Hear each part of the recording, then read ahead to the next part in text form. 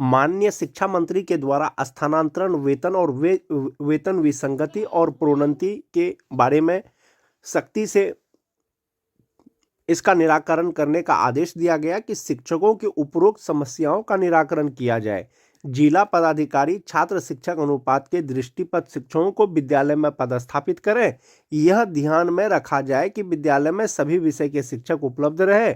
अवकाश हेतु जो आवेदन जिला शिक्षा पदाधिकारियों को प्राप्त होते हैं उन्हें लंबित नहीं रखा जाए। यानी विशिष्ट शिक्षकों का जो भी वेतन है विसंगति है, जैसे बहुत से शिक्षकों का बेसिक पे कम पर उनका वेतन निर्धारण हुआ था HRMS पोर्टल पर, तो ये सब चीज़ का निराकरण कर दिया जाना है। समीक्षात्मक बैठक में अपर मुख्य सचिव शिक्षा विभाग के द्वारा पदाधिकारियों को क्या दिशा निर्देश दिए गए। विशिष्ट शिक्षकों के लिए 4 नंबर पॉइंट मोस्ट इंपोर्टेंट है दोस्तों कि वेतन विसंगति से संबंधित मामले में त्वरित कार्रवाई का निर्देश दिया गया है। यह भी निर्देश दिया गया है कि प्रोन्नति से संबंधित मामले के निष्पादन हेतु एक समय तालिका का निर्माण किया जाए।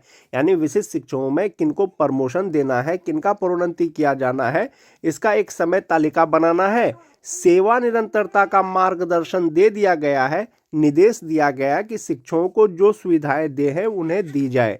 यानी कि जो सेवा निरंतरता का दिशा निर्देश है वो दे दिया गया है, उसी के आलोक में विशिष्ट शिक्षकों को सेवा निरंतरता दिया जाए और प्रोन्नति का प्रमोशन का एक समय तालिका बनाया जाए, जिसके अनुरूप विशिष्ट शिक्षकों को जो है प्रमोशन और सेवा निरंतरता दिया जाए और वेतन विसंगति मामला का भी निष्पादन जल्द से जल्द किया जाए।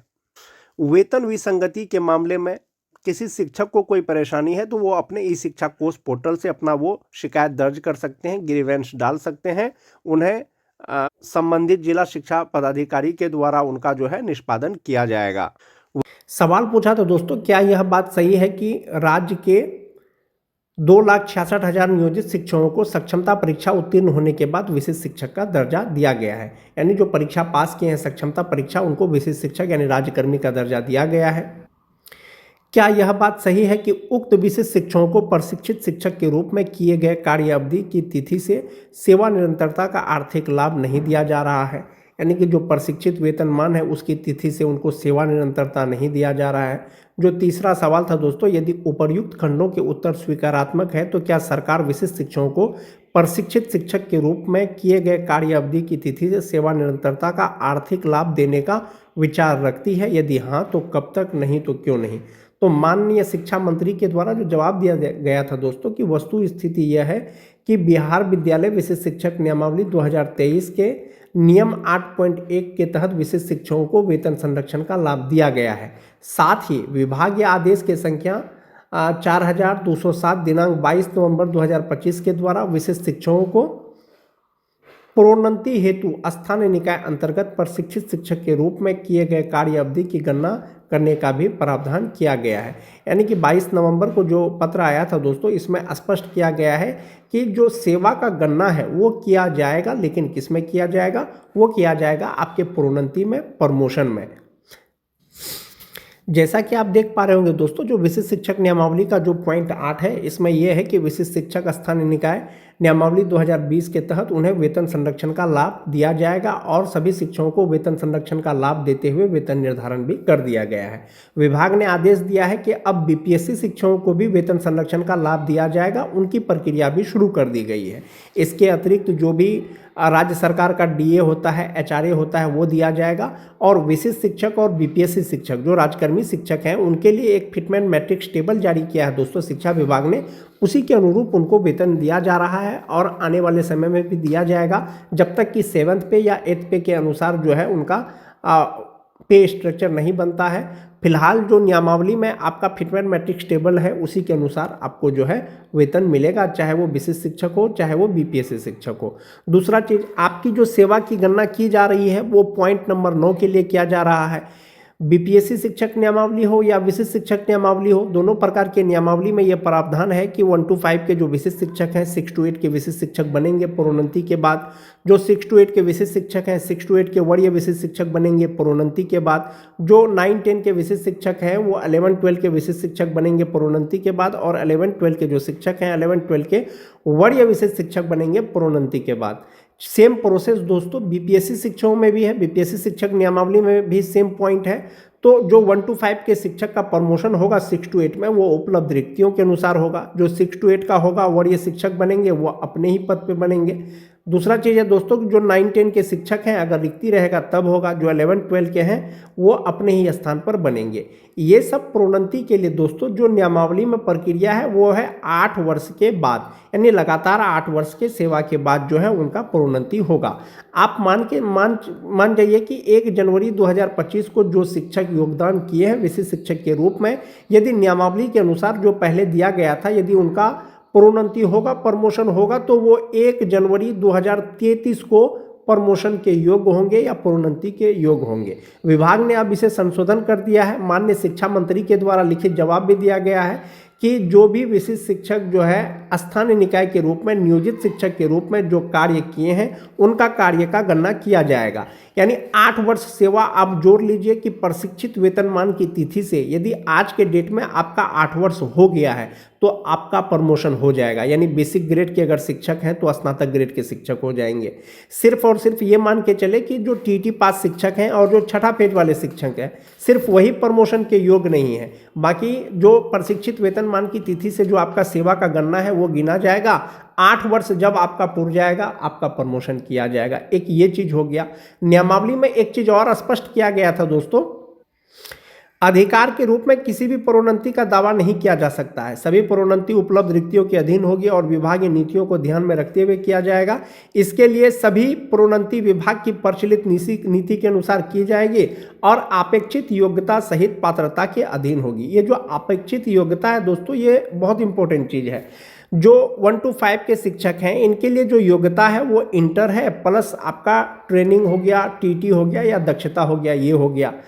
अब जो 6 to 8 के शिक्षक हैं उनके लिए जो योग्यता है आपको ग्रेजुएट होना चाहिए, स्नातक होना चाहिए, साथ ही साथ जो आपको ट्रेंड होना चाहिए और टीटी या बीटेड या दक्षता पास होना चाहिए। अब आप 1 to 5 के शिक्षक हैं, इंटर बेसिस पर आपकी बहाली हुई है, आपकी सेवा का 8 साल हो गया है, अब आप प्रमोशन लेना चाहते हैं लेकिन आप स्नातक नहीं हैं तो आपका प्रमोशन नहीं होगा, क्योंकि नियमावली में दिया गया है कि अपेक्षित योग्यता यानी कि 6 to 8 का टीचर बनने के लिए जो योग्यता होना चाहिए वो योग्यता रहेगा तो आपका 1 to 5 से 6 to 8 में प्रमोशन होगा।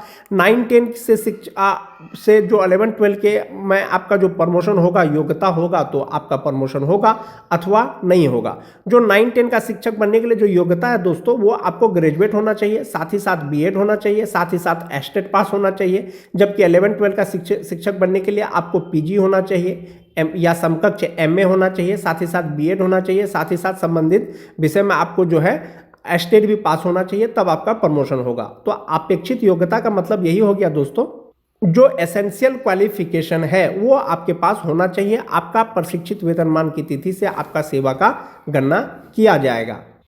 अब हम लोग वेतन का बात करते हैं दोस्तों, तो उस पे जो है पे इंडेक्स भी आता है और नियोजित शिक्षक और विशिष्ट शिक्षक का भी बात आता है। और जहाँ तक बात नियोजित शिक्षकों का वेतन का है या विशिष्ट शिक्षकों को वेतन का है तो आप सभी जानते हैं दोस्तों 2003 से लेकर के 2022 तक अलग अलग फेज में जो है शिक्षकों की बहाली हुई थी, स्थानीय निकाय शिक्षकों को यानी नियोजित शिक्षकों की। और ऐसे नियोजित शिक्षक परीक्षा पास करने के बाद राज्यकर्मी बन गए हैं, विशिष्ट शिक्षक बन गए हैं और उनका पे स्ट्रक्चर जो है अलग हो गया है और पे प्रोटेक्शन का लाभ दिया गया है दोस्तों नियमावली के अनुसार। तो पे प्रोटेक्शन का जो लाभ दिया गया है नियमावली के अनुसार, जो 2003 के शिक्षक हैं जो अभी भी नियोजित हैं उनका मूल वेतन 32,290 रुपया है और जो 2003 के शिक्षक हैं जो विशिष्ट शिक्षक बन गए उनका 32,620 रुपया है। यानी कि आपका मूल वेतन कहीं पर भी कम नहीं होना चाहिए। 60% डीए, 5% एचआरए, मेडिकल 1,000 लगा करके जो नियोजित शिक्षक हैं उनका ग्रॉस सैलरी 56,079 रुपया होता है। 3,600 रुपया जमा होने के बाद उनका 52,479 रुपया उनका इनहैंड सैलरी होता है। और जो नियोजित शिक्षक विशिष्ट शिक्षक बन गए हैं 60% डीए, 5% एचआरए, 1,000 मेडिकल लगा करके ग्रॉस सैलरी 62,100 रुपया होता है। 12,526 रुपया उनका जो है एनपीएस अकाउंट में जमा होने के बाद जो इनहैंस सैलरी होता है वो 49,574 रुपया होता है। तो आपको यहाँ पर इनहैंस सैलरी में कुछ डिफरेंस लग रहा होगा, लेकिन आप यहाँ ग्रॉस सैलरी देखें, जो विशिष्ट है 2003 के उनका 62,100 रुपया सैलरी है, जबकि जो अभी भी नियोजित हैं उनका 56,079 रुपया सैलरी है। उसी तरह से अलग अलग साल का दोस्तों अलग अलग शिक्षकों का अलग अलग वेतन है। जो 2006 के नियोजित शिक्षक हैं मूल वेतन 31,340 रुपया, 60% DA, 5% HRA, 1,000 मेडिकल और 3,600 रुपया उनका जो है EPF अकाउंट में जमा होता है। ग्रॉस सैलरी 54,511 रुपया, इनहेंस सैलरी 50,911 रुपया। जो विशिष्ट बन गए हैं 31,670 रुपया उनका बेसिक पे हुआ, 60% DA, 5% HRA मेडिकल लगा करके जो ग्रॉस सैलरी होता है वो 60,320 रुपया होता है। 12,161 रुपया उनका NPS अकाउंट में जमा होने के बाद जो इनहेंस सैलरी होता है वो 48,159 रुपया होता है। 2010 के अगर शिक्षकों की बात करें जो नियोजित हैं उनका मूल वेतन 30,420 रुपया। अब जब आप वर्तमान DA उसमें जोड़ेंगे, HRA मेडिकल जोड़ेंगे तो उनका ग्रॉस सैलरी हो जाएगा 52,993 रुपया। 3,600 रुपया जो है उनका EPF अकाउंट में जमा होने के बाद 49,393 रुपया उनका इनहेंस सैलरी होता है। जो विशिष्ट शिक्षक बन गए तो उनका जो मूल वेतन है 30,750 रुपया, 60% DA HRA मिला करके जो ग्रॉस सैलरी होता है 58,596 रुपया और 11,808 रुपया जो है उनका NPS अकाउंट में जमा होने के बाद जो ग्रॉस सैलरी होता है वो 46,788 रुपया होता है। मोस्ट इंपॉर्टेंट चीज़ जो TT पास शिक्षक हैं, चाहे वो जनरल TT पास हो चाहे वो उर्दू TT पास हो, यानी 2013 से लेकर के 2016 तक जो TT पास शिक्षक हैं जो नियोजित हैं उनका मूल वेतन 27,820 रुपया और DA HRA मेडिकल लगा करके ग्रॉस सैलरी 48,703 रुपया, 3,600 रुपया जो है जमा होने के बाद इनहेंस सैलरी 45,103 रुपया। जो विशिष्ट शिक्षक बन गए हैं परीक्षा पास करने के बाद TT पास शिक्षक, उनका मूल वेतन 28,140 रुपया है और इसमें आप जब DA HRA लगाएंगे मेडिकल लगाएंगे तो ग्रॉस सैलरी हो जाएगा उनका 53,705 रुपया, 10,806 रुपया उनका NPS अकाउंट में जमा होगा और इनहेंस सैलरी 42,899 रुपया होता है। जो छठा फेज वाले 2022 के जो अंतिम बैच थे नियोजित शिक्षकों का, तो जो नियोजित हैं अभी भी 23,280 रुपया उनका मूल वेतन है और ग्रॉस सैलरी 41,212 रुपया होता है। 3,600 रुपया जमा होने के बाद 37,612 रुपया उनका इनहेंस सैलरी होता है। और जो विशिष्ट शिक्षक बन गए हैं तो एक इंक्रीमेंट के साथ में अभी 25,750 रुपया उनका मूल वेतन है। 15,450 रुपया जो है उनका DA हो जाएगा, HRA लगा करके ग्रॉस सैलरी 49,226 रुपया। अभी फिलहाल जो उनका जमा हो रहा है NPS में वो 9,888 रुपया हो रहा है और इनहेंस सैलरी 39,338 रुपया करके जो है छठा फेज वाले विशिष्ट शिक्षकों को मिल रहा है।